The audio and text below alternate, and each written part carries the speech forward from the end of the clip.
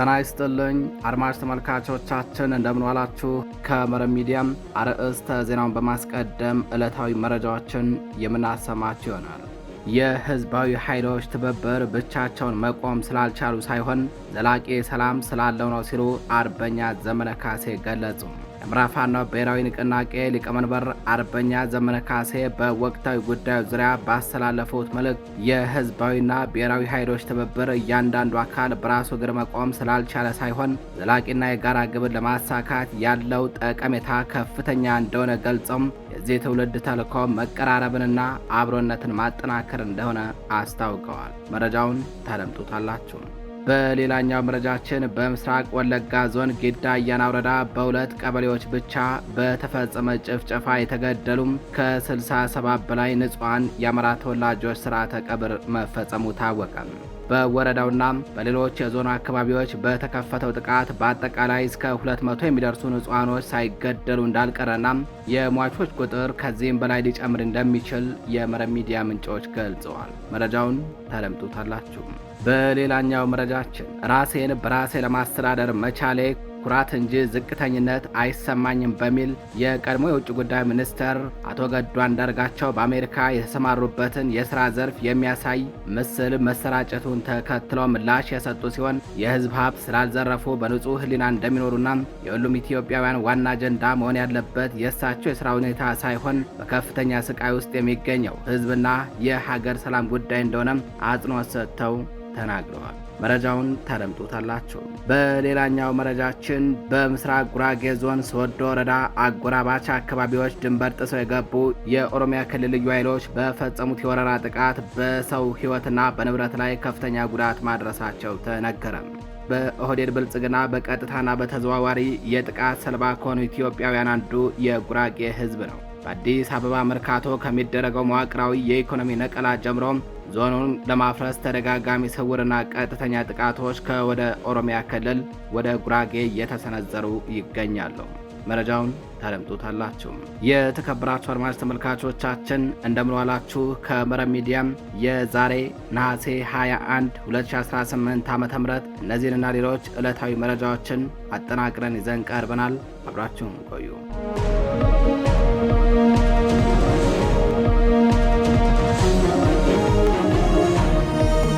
ወደ ቀዳሚው መረጃችን እናልፋለን።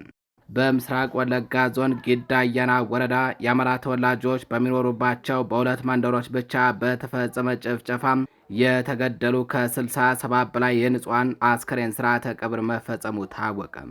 ጭፍጨፋው የተፈጸመው በጊዳ አያና ወረዳ መንደር 3 ላይና መንደር 22 ላይ ሲሆን በዚህም በተለይ በመንደር 3 አካባቢ የ27 ንጹሃኖች ስርዓተ ቀብር ሲፈጸም ጥቃቱ ባለመቆሙ ሌሎችን አስከሬን ስርዓተ ቀብር መፈጸም እንዳልተቻለ ነው የመረብ ሚዲያ ምንጮች የገለጹትም። በተመሳሳይ በመንደር 22 አካባቢ ነሐሴ 19 2018 ዓ.ም የ17 ንጹሃን አስከሬን ስርዓተ ቀብር የተፈጸመ ሲሆን ትናንትና ዛሬ ነሐሴ 21 2018 ደግሞ ከ23 በላይ የንጹሃን አስከሬን ስርዓተ ቀብር ተፈጽመዋል። በመንደር 22 በተከፈተው ጥቃት ከተገደሉት መካከል በአሰቃቂ ሁኔታ በስለት መሳሪያ ተቆራርጠው የተገደሉት የ85 ዓመቱ አዛውንት አባየላ ረጋና ባለቤታቸው ማሆይ እስከ ዳር ገላው ይገኙበታል።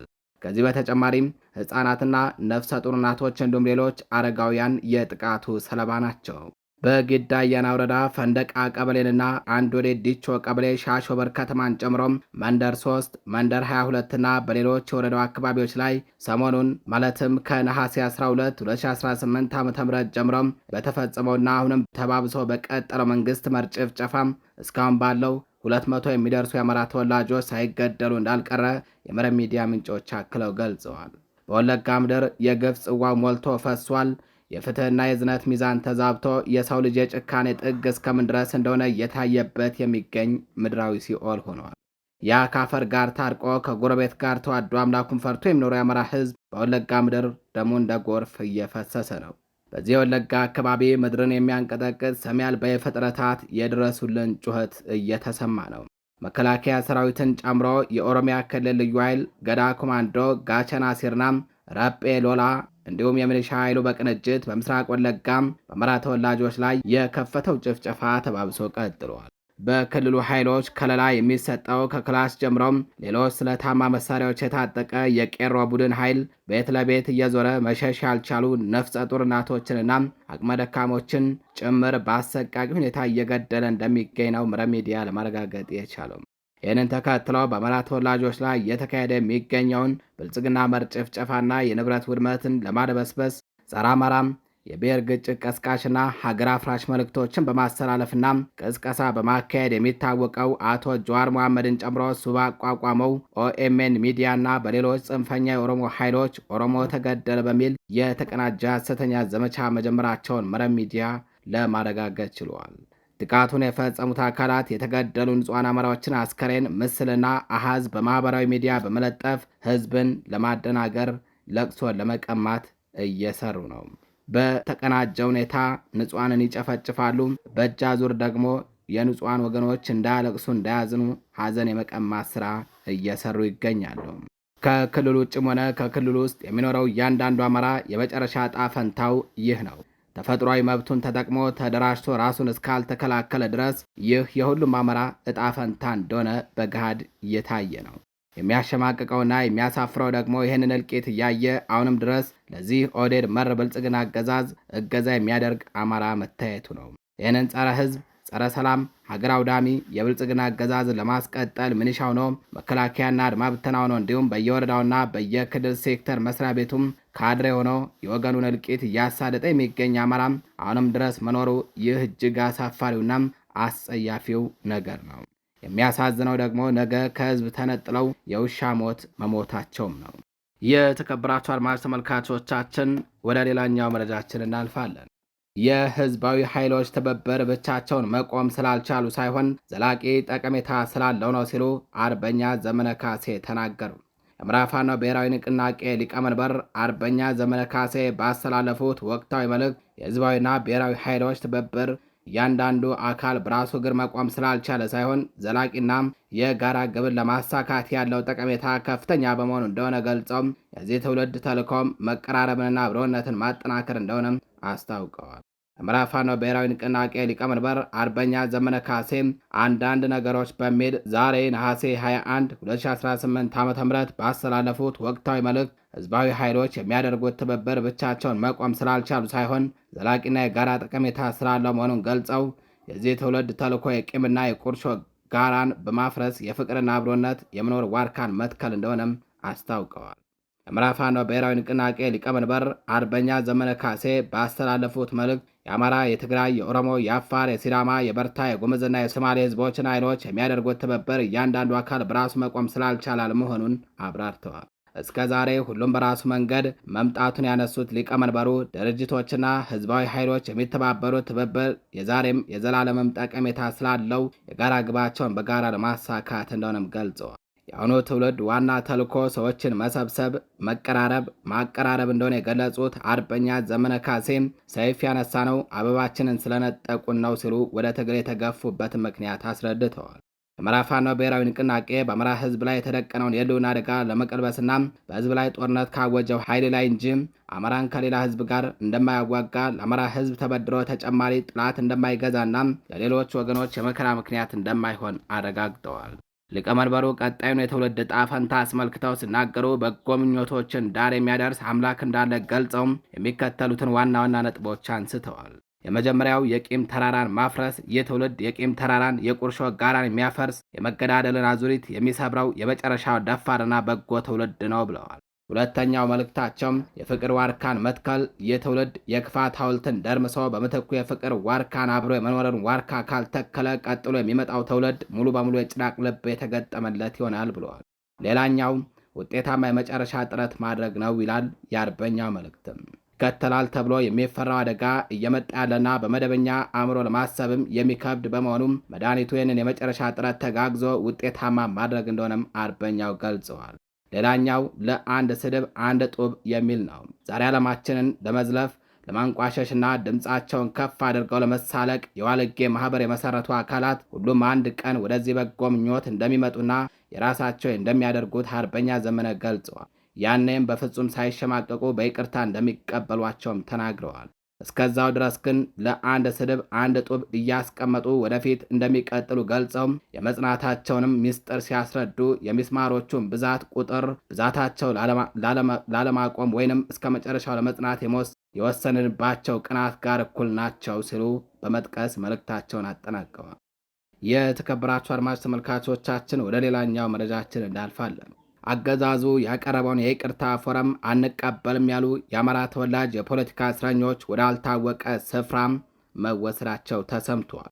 በኢትዮጵያ ሰብአዊ መብት ኮሚሽነር ብርሃኑ አደሉ አማካኝነት የአማራ ፖለቲካ እስረኞች በፊርማቸው ካረጋገጡና ወንጀላቸውን ካመኑም እንደሚፈቱ ያቀረበውን ንግግር አስመልክቶ አንቀበልም ያሉ የፖለቲካ እስረኞች ተለይተው ወዳልታወቀ ስፍራ መወሰዳቸው ተሰምቷል። እስረኞቹ የተወሰዱት ከአባ ሳሙኤል እስር ቤት በሌሊት ታፍነው ሲሆን በዚህም መሰረት የቀድሞ የአማራ ተማሪዎች ማህበር ፕሬዝዳንት ሲሳይ መልካሙም፣ በላይ ሲሳይ፣ ማረው ስለሽና ኮሎኔል ሰለሞን ተፈሪ ናቸው በሌሊት ታፍነው የተወሰዱት። እንደ ምንጮች ገለጻ እስረኞቹ የተወሰዱት በሌሊት በኃይል ታፍነው ሲሆን እስካሁን ደብዛቸው እንደጠፋ ነው። የኢትዮጵያ ሰብአዊ መብቶች ኮሚሽን ብርሃኑ አደሎም ወደ 1300 የሚሆኑ የፖለቲካ እስረኞችን ራሳቸው ወንጀላቸው መፈጸማቸውን አምነው እንዲፈርሙ ሲያግባቡ መቆየታቸውን መዘገባችን አይዘነጋም። የተከበራችሁ አድማጭ ተመልካቾቻችን መረጃዎቻችን እንደቀጠሉ ናቸው። ወደ ሌላኛው መረጃችን እናልፋለን። ራሴን በራሴ ለማስተዳደር መቻሌ ኩራት እንጂ ዝቅተኝነት አይሰማኝም ሲሉ አቶ ገዱ አንዳርጋቸው ተናገረው። የቀድሞ የውጭ ጉዳይ ሚኒስትር አቶ ገዱ አንዳርጋቸው በአሜሪካ የተሰማሩበትን የሥራ ዘርፍ የሚያሳይ ቪዲዮ መሰራጨቱን ተከትሎም በሰጡት ምላሽ በሕዝብ ሀብት የግል ኑሯቸውን ያላደላደሉ በመሆኑ አሁንም በንጹህ ሕሊና እየኖሩ እንደሆነ ገልጸው የሁሉም ኢትዮጵያውያን ትኩረት መሆን ያለበት የእሳቸው የሥራ ሁኔታ ሳይሆን በከፍተኛ ስቃይ ውስጥ የሚገኘው የሕዝብና የሀገር ሰላም ጉዳይ እንደሆነ መልእክት አስተላልፈዋል። በንጹህ ሕሊና መኖርና ከብልጽግና ፓርቲ ጋር ባላቸው ልዩነት ምክንያት በሕዝብ ተወካዮች ምክር ቤት ተቃውሟቸውን ካንጸባረቁ በኋላም ወደ አሜሪካ በመሰደድ በስራ ላይ እንደሚገኙ የሚታወቁት የቀድሞ ከፍተኛ ባለስልጣን አቶ ገዱ አንዳርጋቸው የተሰማሩበትን የስራ ዘርፍ የሚያሳይ ተንቀሳቃሽ ምስል በማህበራዊ ትስስር ገጽ መሰራጨቱን ተከትሎ ምላሽ ሰጥተዋል። አቶ ገዱ ራሴን በራሴ ለማስተዳደር መቻሌ ኩራትና ክብር እንጂ ዝቅተኝነት አይሰማኝም ሲሉ ነው የተናገሩትም። እንደ አንድ የቀድሞ ከፍተኛ ባለስልጣንነታቸው ከስልጣን በኋላ የሚደግፋቸው ሀብት ባለመያዛቸው ይቆጫቸው እንደሆነ ለቀረበላቸው ጥያቄ ሲመልሱም በነበረኝ የስልጣን ዘመን የማምንበትን ዓላማ ለማሳካት ነው የሰራሁት እንጂም ከህዝብ ሀብት ላይ የግል ኑሮዬን ለማደላደል አስቤ አላውቅም ብለዋል። ይህም አሁን ላይ በሙሉ ንጹህ ሕሊና ሆነው እንዲኖሩ እንዳስቻላቸው ገልጸዋል። አሁን ላይ ኢትዮጵያውያን ትኩረት ሊያደርጉበት የሚገባው የእሳቸው የግል ስራ ሁኔታ ለመሆኑን የጠቆሙት የቀድሞ ሚኒስትር ዋና አጀንዳ የሀገር ሰላም ሊሆን እንደሚገባም ገልጸዋል። ሰው መጨነቅና አጀንዳ ማድረግ ያለበት የእሳቸውን የስራ ሁኔታ ሳይሆን ሀገር ቤት በከፍተኛ ስቃይ ውስጥ ስለሚገኘው ህዝብ መሆን አለበት ያሉት አቶ ገዱ አሁናዊና ትልቁ የቤት ስራ ሀገራችን እንዴት ወደ ሰላም መልሳት የሚለው ጉዳይ ነው ሲሉ አጽንኦት ሰጥተው ተናግረዋል። አሁን የሚሰሩ ስራ ተረጋግተው እንዲያስቡ የቤት ኪራይና ሌሎች መሰረታዊ ክፍያዎችን ለመሸፈን የሚያስችላቸው መሆኑን የገለጹት አቶ ገዱ በተለይም ከህዝብ ለተቀበሉት ገንቢ አስተያየትና ላሳዩቸው አክብሮት ለመላው ኢትዮጵያውያን ሁሉ ያላቸውን የላቀ ምስጋና አቅርበዋል። የተከበራችሁ አድማጭ ተመልካቾቻችንን መረጃዎቻችን እንደቀጠሉ ናቸው። በምስራቅ ጉራጌ ዞን ሶዶ ወረዳ አጎራባች አካባቢዎች ድንበር ጥሰው የገቡ የኦሮሚያ ታጣቂዎች በፈጸሙት የወረራ ጥቃት በሰው ህይወትና በንብረት ላይ ከፍተኛ ጉዳት ደረሰም። በኦህዴድ ብልጽግና በቀጥታና በተዘዋዋሪ የጥቃት ሰለባ ከሆኑ ኢትዮጵያውያን አንዱ የጉራጌ ህዝብ ነው። በአዲስ አበባ መርካቶ ከሚደረገው መዋቅራዊ የኢኮኖሚ ነቀላ ጀምሮም ዞኑ ለማፍረስ ተደጋጋሚ ስውርና ቀጥተኛ ጥቃቶች በኦሮሚያ ጸጥታ ኃይሎች እየተፈጸሙ ነው። መነሻቸውን ከኦሮሚያ ክልል አጎራባች ወረዳዎች ያደረጉ በስፋት ሸኔ በመባል የሚጠሩ የከባድ መሳሪያና የቡድን መሳሪያ የታጠቁ ታጣቂዎች ከነሐሴ 18 2018 ምሽት ጀምሮም በሶዶ ወረዳ ድንበር ጥሰው በመግባት ጥቃት ከፍተዋል።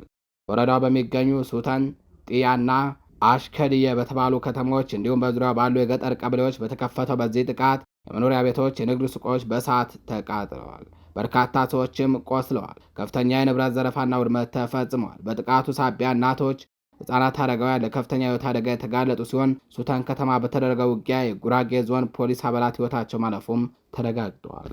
ከዚህ በተጨማሪ የአካባቢው ነዋሪዎች አካባቢያቸው ለመከላከል ባደረጉት ተጋድሎ ጥቃቱን ለማስቆም ሲታገሉ የነበሩ ሰዎች ሕይወታቸው አልፈዋል። የአካባቢው ነዋሪዎች እንደሚያስረዱት በአካባቢው የተመከቱት ታጣቂዎች አሁን ላይ በታሪካዊ ቆንዳልቲ ገዳም ዙሪያ ከባድ መሳሪያዎችን በመያዝ እንደገና መከማቸታቸውን ቀጥለዋል ብለዋል። የተከበራችሁ አድማጭ ተመልካቾቻችን ለዛሬም ነሐሴ 21 2018 ዓ.ም ይዘናቸው የነበሩት ዕለታዊ መረጃዎቻችን እነዚህን ይመስላሉ። በሌሎች አዳዲስ መረጃዎች እስከምንገናኝ ቸር ቆዩ።